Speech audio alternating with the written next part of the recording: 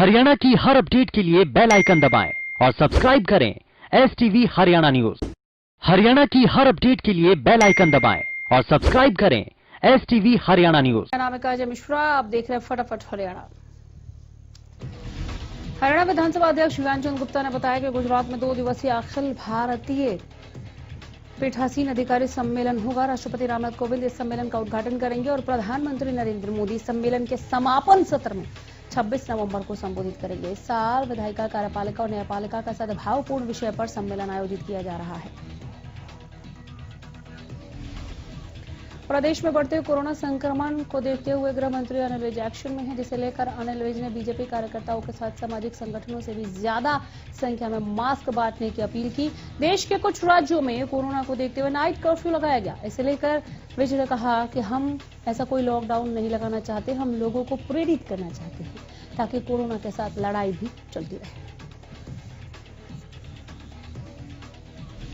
अनिल विज ने लव जिहाद के कानून को लेकर ओवैसी के बयान पर तंज कसते हुए कहा कि अब ओवैसी कोई ऐसा आदमी नहीं है जिसकी बात का जवाब दिया जाए, क्योंकि वो हमेशा बेतुकी बात करता है। अब प्यार के जाल में फंसाकर अगर कोई धर्म परिवर्तन करता है तो उसके खिलाफ कानून बनने में ओवैसी को क्या तकलीफ है। कांग्रेस में अंदरूनी बयानबाजी तेज हो चली है। कांग्रेस वरिष्ठ नेता गुलाम नबी आजाद के बयान पर कांग्रेस विधायक कुलदीप बिश्नोई ने निशाना साधा। उन्होंने कहा कि गुलाम नबी आजाद कांग्रेस को तोड़ने का षड्यंत्र कर रहे हैं। जिन्होंने सिर्फ 3 चुनाव जीते वो पार्टी को नसीहत दे रहे हैं। बता दें कि सोशल मीडिया पर कुलदीप बिश्नोई का बयान वायरल हो रहा है। रोहतक में हरियाणा कांग्रेस पार्टी के 2 पूर्व मंत्रियों ने कांग्रेस के वरिष्ठ नेता गुलाम नबी आजाद के बयान के खिलाफ मोर्चा खोल लिया। पूर्व मंत्री कृष्णमूर्ति हुड्डा और पूर्व मंत्री सुभाष बत्रा ने गुलाम नबी आजाद, कपिल सिब्बल और आनंद शर्मा को पार्टी से निकालने की मांग की है। उनका आरोप है कि ये सभी लोग पार्टी विरोधी गतिविधियों में शामिल हैं। कांग्रेस पार्टी के नेता गुलाम नबी आजाद ने बिहार चुनाव की हार को लेकर अपनी पार्टी के हाईकमान को जिम्मेदार ठहराया था।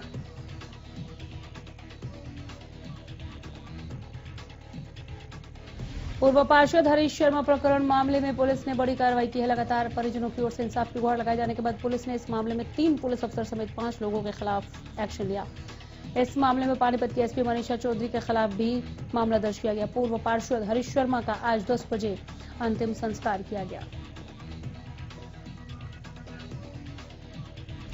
पानीपत में पुलिस प्रताड़ना के बाद नहर में कूदे पूर्व पार्षद का शव चौथे दिन सोनीपत की खुबड़ू झील से मिला। इस दौरान परिजन और समर्थकों ने इंसाफ के लिए पानीपत जीटी रोड 4 घंटे जाम किया।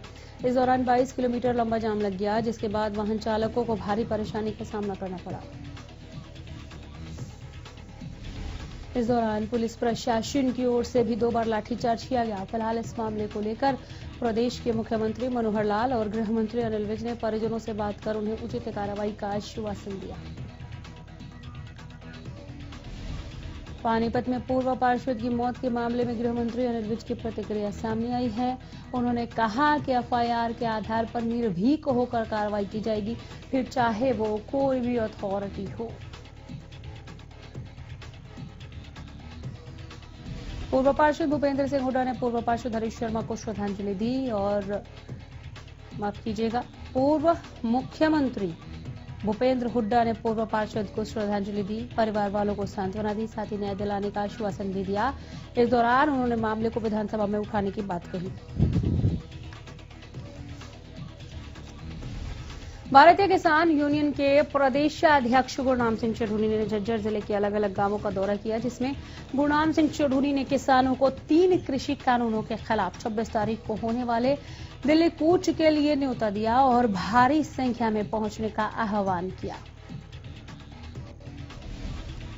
किसानों ने भी गुरनाम सिंह चढ़ूनी को पूरा भरोसा दिलाया कि वो दिल्ली कूच के लिए पूरी तरह से तैयार हैं।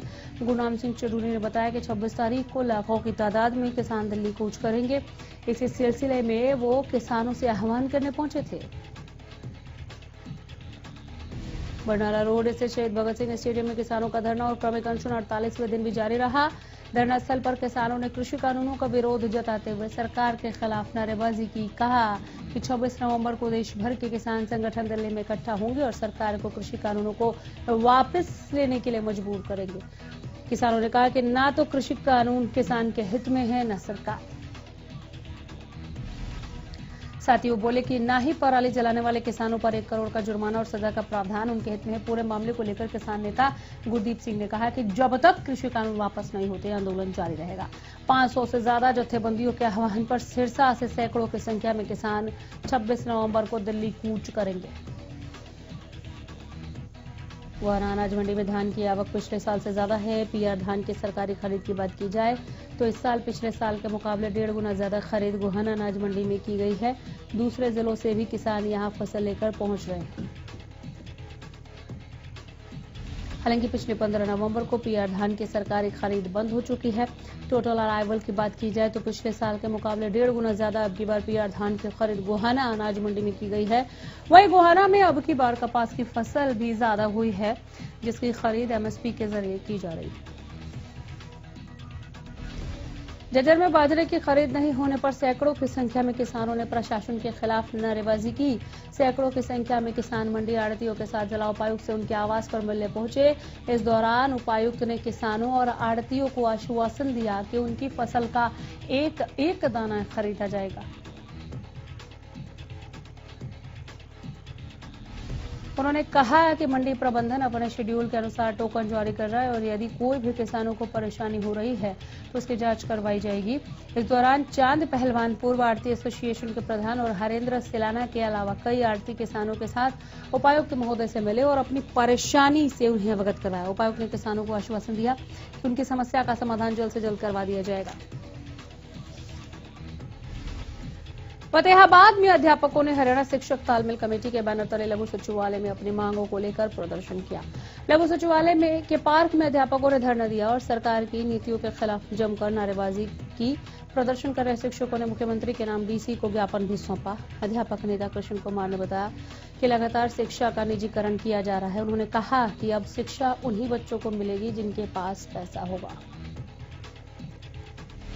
अध्यापकों को शिक्षा छोड़कर एप्स का कार्य दे दिया गया, जिसका अध्यापक लगातार विरोध कर रहे हैं। प्रदर्शन कर रहे अध्यापकों का कहना है कि आने वाले 26 नवंबर को राष्ट्रव्यापी हड़ताल में भी वो लोग भाग लेंगे, अपना विरोध दर्ज कराएंगे। कैथल में जिले के शिक्षकों ने शिक्षक तालमेल कमेटी के बैनर तले जिला शिक्षा अधिकारी के कार्यालय के बाहर धरना प्रदर्शन किया और सरकार विरोधी नारे लगाए। शिक्षक कर्मचारियों का कहना है कि विद्यार्थियों के लिए जो शिक्षा बजट दिया जाता है उसे प्राइवेट कंपनियों की ऑनलाइन ऐप खरीदने में खर्च किया जा रहा है और शिक्षकों को ठीक ढंग से इन ऐप्स को इस्तेमाल करने की ट्रेनिंग भी नहीं दी जाती। तालमेल कमेटी के सदस्यों का कहना है कि वो प्राइवेट ऐप का विरोध करते हैं। सरकार को चाहिए कि सरकारी ऐप बनाए। साथ ही उन्होंने कहा कि अगर सरकार को ऑनलाइन क्लास लगानी है तो शिक्षकों और बच्चों को एंड्रॉइड फोन या टैबलेट और इंटरनेट डाटा दिए जाए। पीएचडी में बीसी वर्ग के खाली सीटों पर जनरल वर्ग के एडमिशन करने के विरोध में छात्रों का 8वें दिन भी धरना जारी रहा। छात्रों ने चौधरी देवीलाल विश्वविद्यालय के कुलपति और रजिस्ट्रार का पुतला फूंका। प्रदर्शनकारियों ने कुलपति पर रजिस्ट्रार सहित अन्य के खिलाफ मुकदमा दर्ज करने की मांग को लेकर राज्यपाल के नाम उपायुक्त को ज्ञापन सौंपा। प्रदर्शनकारियों का कहना है कि एससी वर्ग की खाली सीटों को विश्वविद्यालय प्रशासन ने मनमाने ढंग से जनरल में बदलकर दाखिले लिए। प्रदर्शनकारियों का कहना है कि नियमानुसार बीसी कोटे की सीटों को किसी भी कैटेगरी में बदला नहीं जा सकता। उनका कहना है कि जब तक सीटों में बदलाव करने वालों के खिलाफ SC/ST एक्ट के तहत मामला दर्ज नहीं होता, धरना जारी रहेगा। टोहाना के हिसार रोड पर बिजली निगम के कार्यकारी अभियंता के दफ्तर के बाहर बिजली कर्मचारियों का धरना जारी रहा। बिजली कर्मियों का कहना है कि अगर मांगे नहीं मानी गई तो वो सख्त निर्णय लेते हुए बिजली निगम के कार्यकारी अभियंता का घेराव करेंगे। फील्ड में कहीं भी काम नहीं करने देंगे। इसके साथ ही उन्होंने ये भी कहा कि वो उन्हें टोहाना के एक्शन कार्यालय में काम नहीं करने देंगे। एक्शन कार्यालय में काम नहीं करने देंगे। हिसार रोड स्थित एक्शन दफ्तर के बाहर कर्मचारी भारी संख्या में इकट्ठा हुए और अपनी मांगों के समर्थन में जमकर नारेबाजी की। हरियाणा में कोरोना के आंकड़ों में लगातार बढ़ोतरी दर्ज की जा रही है। पिछले 24 घंटे में 2279 नए मरीजों की पुष्टि की गई। गुरुग्राम में 649, फरीदाबाद में 598 नए मामले सामने आए। वहीं हिसार में 160 और सोनीपत में 128 नए मामले सामने आए। प्रदेश में 24 घंटे में 25 मरीजों की मौत के मामले सामने आए हैं। इसी के साथ अब तक कुल 2188 कोरोना मरीजों की मौत हो चुकी।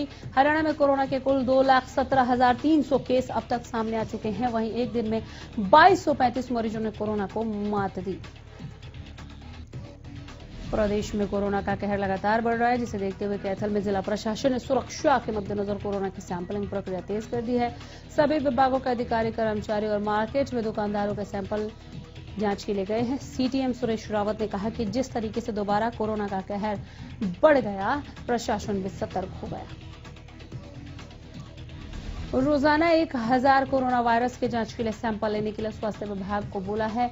इसके साथ ही लोगों को जागरूक भी किया जा रहा है। उन्होंने कहा कि हम नहीं चाहते कि किसी का चालान किया जाए, इसलिए जागरूक करने में भी ज्यादा जोर डाल रहे हैं। लोगों से अपील कर रहे हैं कि जब भी बाहर निकले मास्क पहनकर निकले, सोशल डिस्टेंसिंग का पालन करें। दूसरों को नसीहत, खुद मियां फजीहत वाले कहावत आज सिरसा में नगर परिषद में साफ दिखी। नगर परिषद में सक्षम के तहत युवाओं के आवेदन मांगे गए थे। सक्षम योजना के तहत आज सैकड़ों की संख्या में छात्र आवेदन जमा करवाने पहुंचे। यहां ना तो मास्क पहनने को लेकर ध्यान रखा गया, ना ही सोशल डिस्टेंसिंग का। युवा झुंड बनाकर फॉर्म जमा करवाते दिखाई दिए। नियमों की अवहेलना में युवाओं के साथ साथ कर्मचारी भी शामिल रहे। कर्मचारी मुंह से मास्क हटाकर युवाओं के आवेदन जमा करते दिखे। गौरतलब है कि बाजारों में लगातार अभियान चलाकर नगर परिषद के कर्मचारी बिना मास्क दुकानदारों के चालान काटते हैं। दुकानदारों और ग्राहकों से मास्क पहनने और सोशल डिस्टेंसिंग बनाकर रखने की अपील करते हैं, लेकिन जब बात नगर परिषद की आती है तो यहाँ नजारा कुछ अलग दिखता है।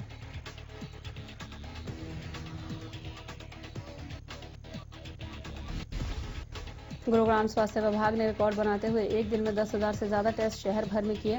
गुरुग्राम स्वास्थ्य विभाग की ओर से इतनी बड़ी संख्या में पूरे प्रदेश में पहली बार टेस्ट किए गए। गुरुग्राम में लगातार कोरोना वायरस के बढ़ते मामले को देखते हुए जिला स्वास्थ्य विभाग की ओर से ये मुहिम चलाई गई है।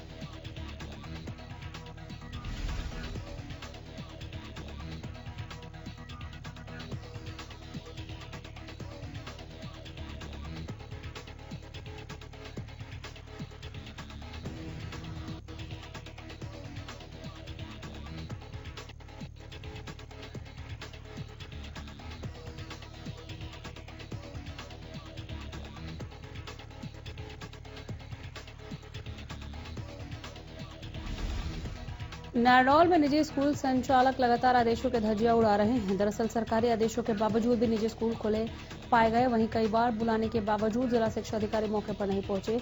इस दौरान स्कूल संचालक ने हरियाणा न्यूज की टीम को अंदर जाने से रोका और कैमरे को भी बंद करवाने की कोशिश की। उकलाना से सूर्यवाला चौक तक 20 करोड़ की लागत से बना 4 लेन शुरू होने से ही अनियमितताओं के कारण चर्चाओं में रहा। शुरू से ही अनियमितताओं के कारण चर्चा में रहा, लेकिन आज तक न ठेकेदार पर किसी तरह की कार्रवाई हुई, न ही अधिकारियों पर कोई एक्शन हुआ।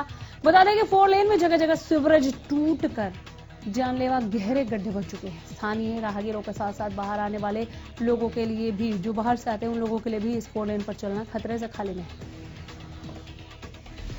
दरअसल लोगों ने इससे संबंधित हरपथ ऐप पर फोटो और वीडियो डाली, लेकिन बावजूद इसके कोई कार्रवाई नहीं हुई। 21 नवंबर को उकलाना पहुंचे डिप्टी स्पीकर रणवीर गंगवा के सामने जब यह मामला उठाया गया तो उन्होंने कहा कि उनके संज्ञान में अब मामला आया है। अगर अनियमितताएं बढ़ती गई हैं तो एक्शन होगा, लेकिन उनके संज्ञान में आने के बाद कोई समाधान नहीं हुआ। भिवानी के अशोका कॉलोनी में इन दिनों सीवरेज के पानी से फैली गंदगी के कारण लोग परेशान हैं। कहना है इनका कि पिछले 3 साल से सीवरेज की परेशानी के चलते गंदगी भरे माहौल में रहने को मजबूर हैं। स्थानीय निवासियों का कहना है कि उन्होंने इस समस्या के समाधान को लेकर पार्षद ज्योति कामरा समेत अन्य अधिकारियों को भी सूचित किया।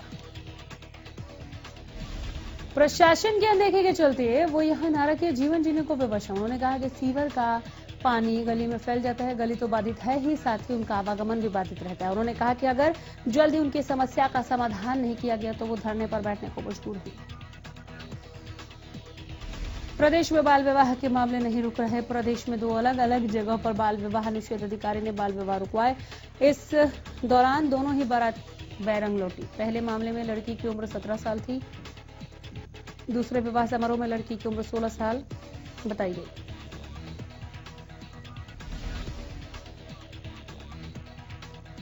फरीदाबाद जीवन नगर पाछू में कुछ अज्ञात बदमाशों ने गौवंश पर तेजाब डाल दिया, जिसके चलते गौवंश का काफी हिस्सा झुलस गया।